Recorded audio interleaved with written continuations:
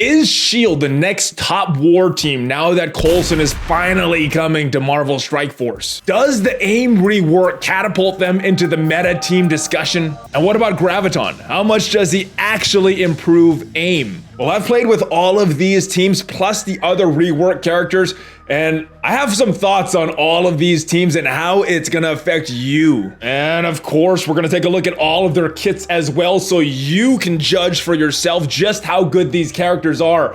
Let's not waste any more time. Let's go smash it. ValleyFlyin.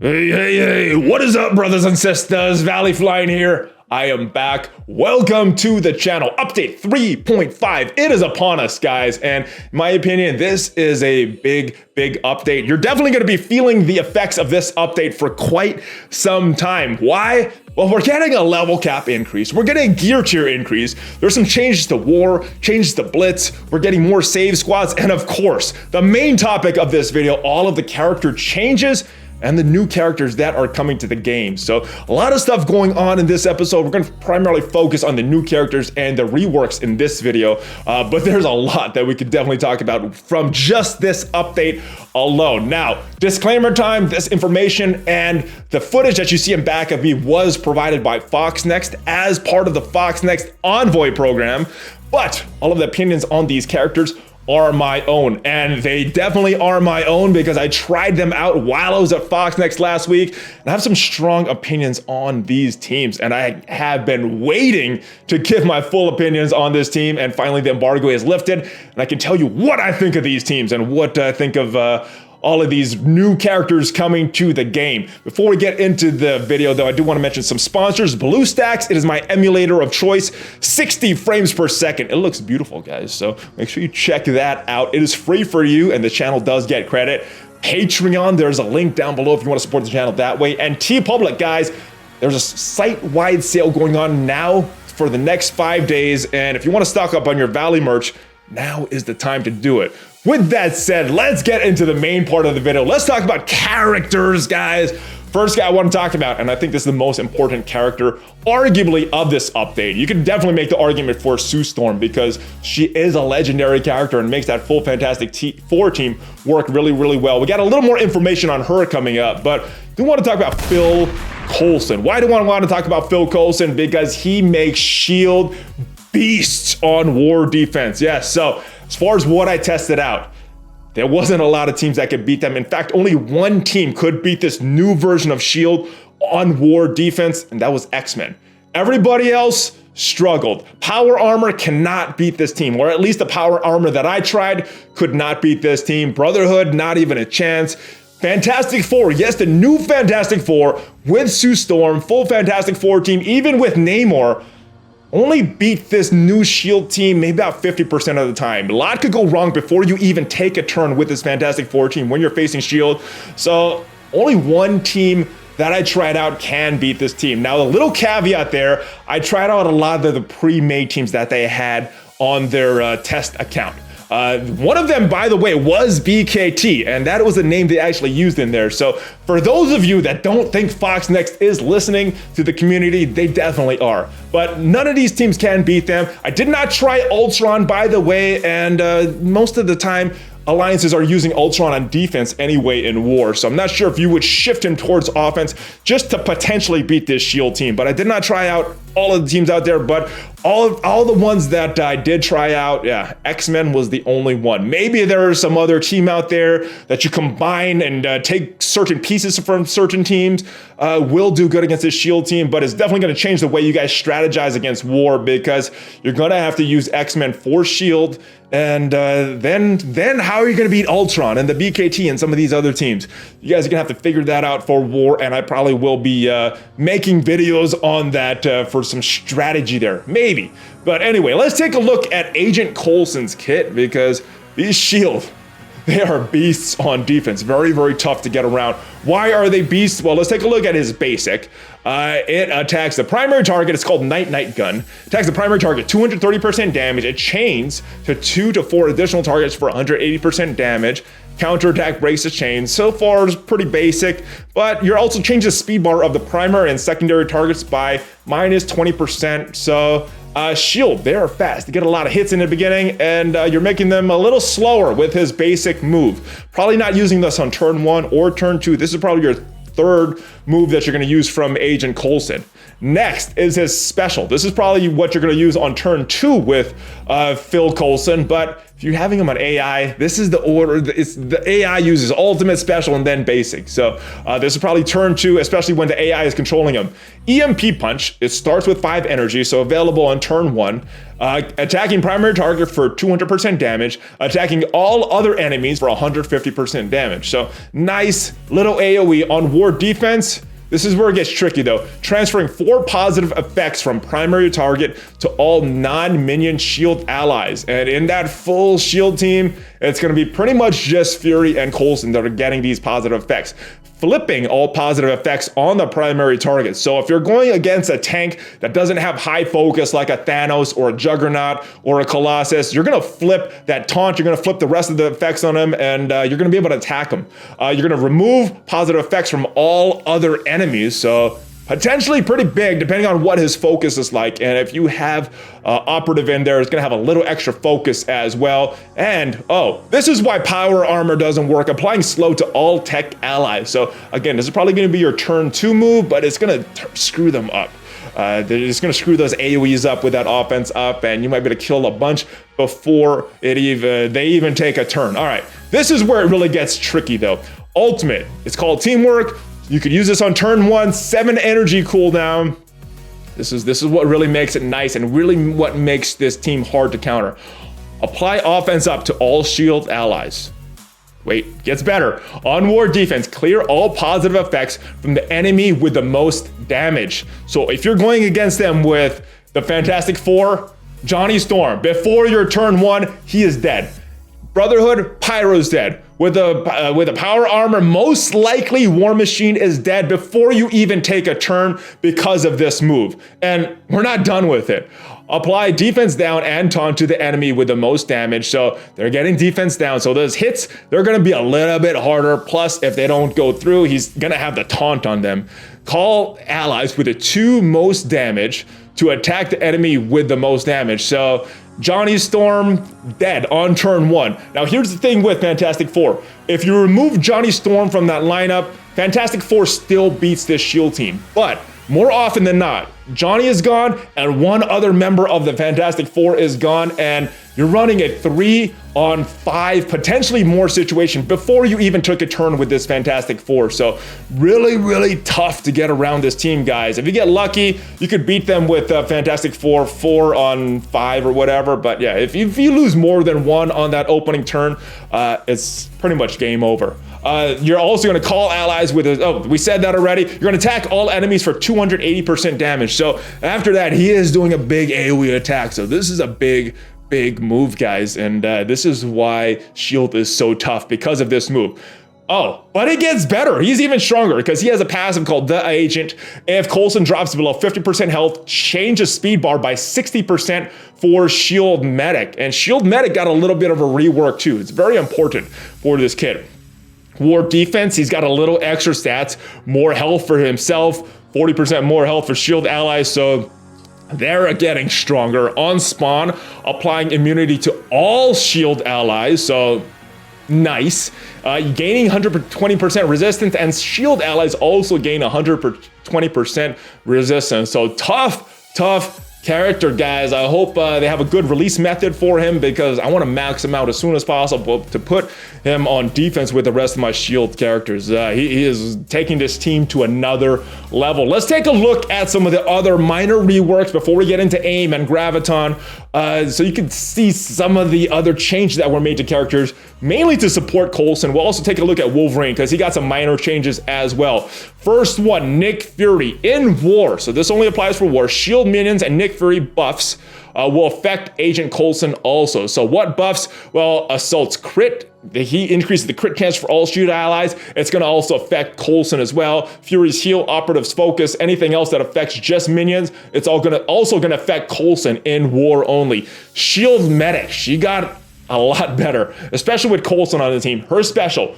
will 100% revive Coulson if he is dead. 100% chance, guys, in addition to her normal 20% chance to revive a shield ally. So multiple people possibly returning to life with this, her new special, and her special also affects shield for that bonus health, not just the shield minions. So good healing for other members like Captain America and this girl Quake, who also got a little minor rework.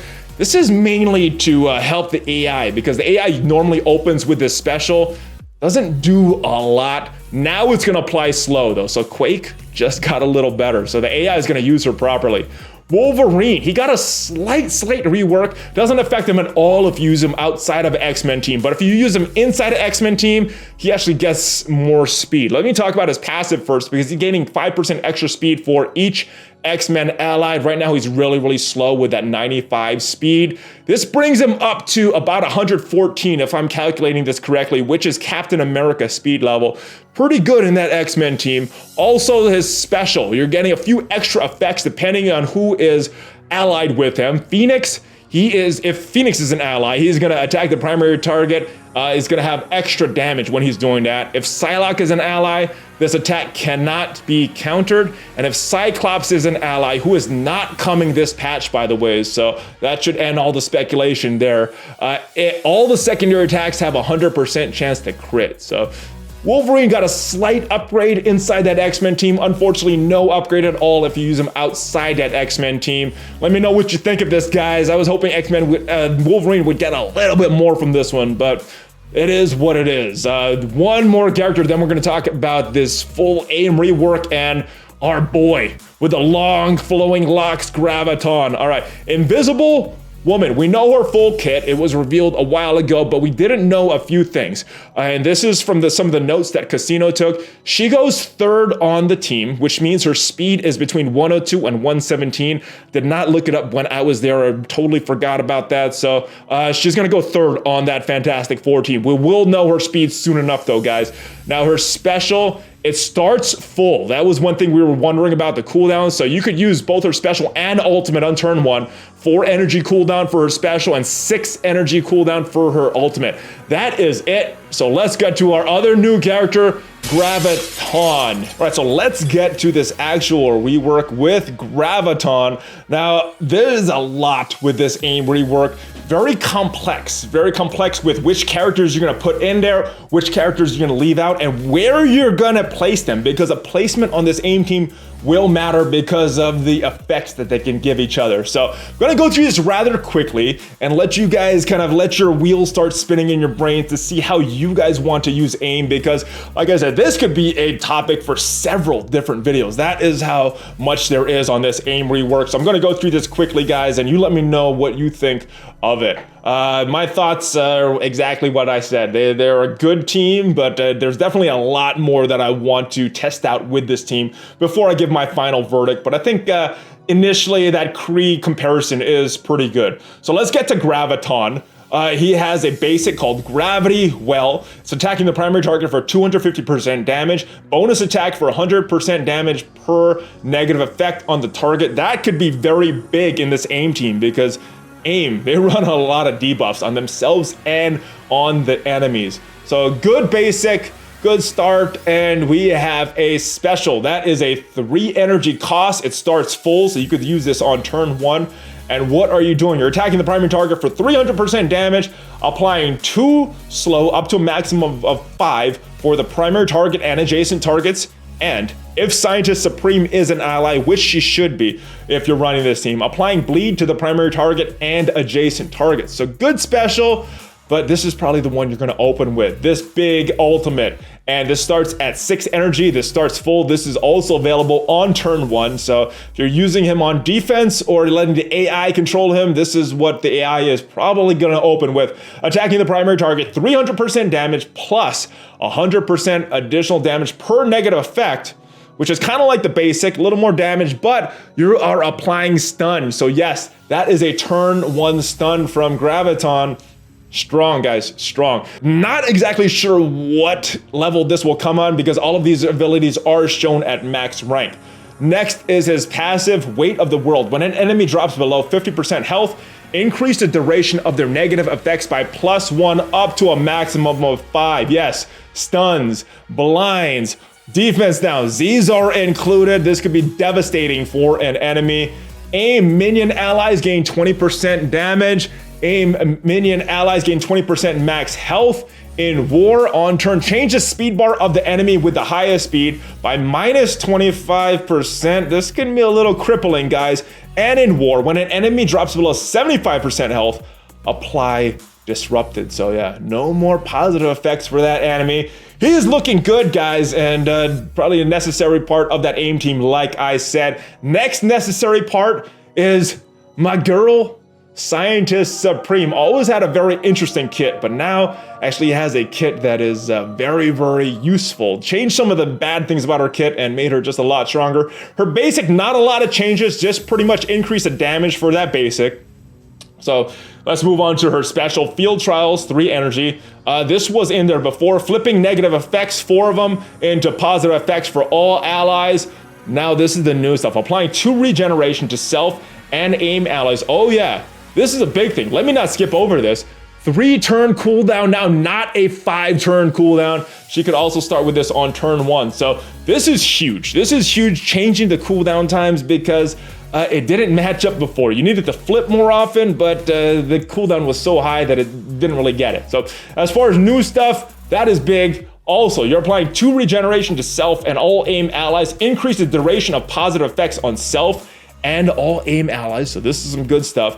Increase the duration of positive effects and aim allies by +1 up to a maximum of 3. So very, very good skill. Much better than it is in the game previously. So Scientist Supreme, probably moving out of that trash category, especially in a full aim team. Her ultimate, Retro Vaccination, also costs 3 energy, starting with this, available on turn 1. Heal all allies for 3,500 health, plus 15% of this character's max health. That percentage went up slightly.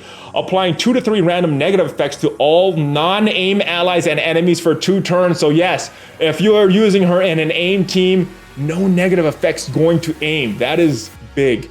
Also gaining 50% extra focus for each aim ally for this attack. So good stuff. You're not gonna get resisted as often, especially in a full aim team. Her passive, very, very strong. What it did before, on turn, 25% chance to revive an ally with plus 20% max health. Aim allies are revived with 30% max health instead. That is what it did before. We got 2 additional things though. On spawn, change speed bar by 10%, plus 10% per aim ally. And on turn, granting 1 to 2 ability energies to all aim allies with a negative effect. Big, guys. And yeah, this combination, Graviton, Scientist Supreme, that is going to be your basis for your aim team. Now let's talk about the minions, because these are the ones that I think you're going to rotate around. And I will let you guys theorycraft a little which ones you want to include, which ones you want to exclude. First one, let's go in alphabetical order. Aim Assaulter. Basic, attacking primary target, 160% damage, applying bleed.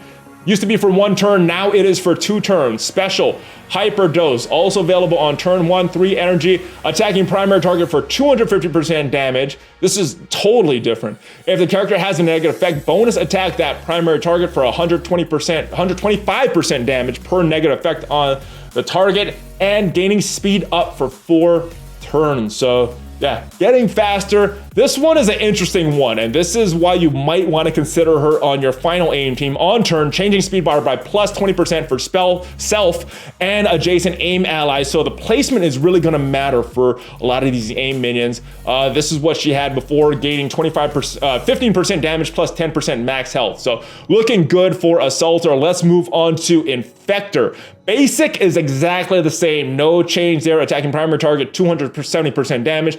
Transfer all negative effects on his character to the primary target, and applying a negative effect, which includes offense down, defense down, or slow. Not any of the other negative effects. All right, special, Biohazard, 3 energy. This is available on turn 1, changing speed bar by plus 75%. That is new. Healing self per 10,000 plus 20% of max health.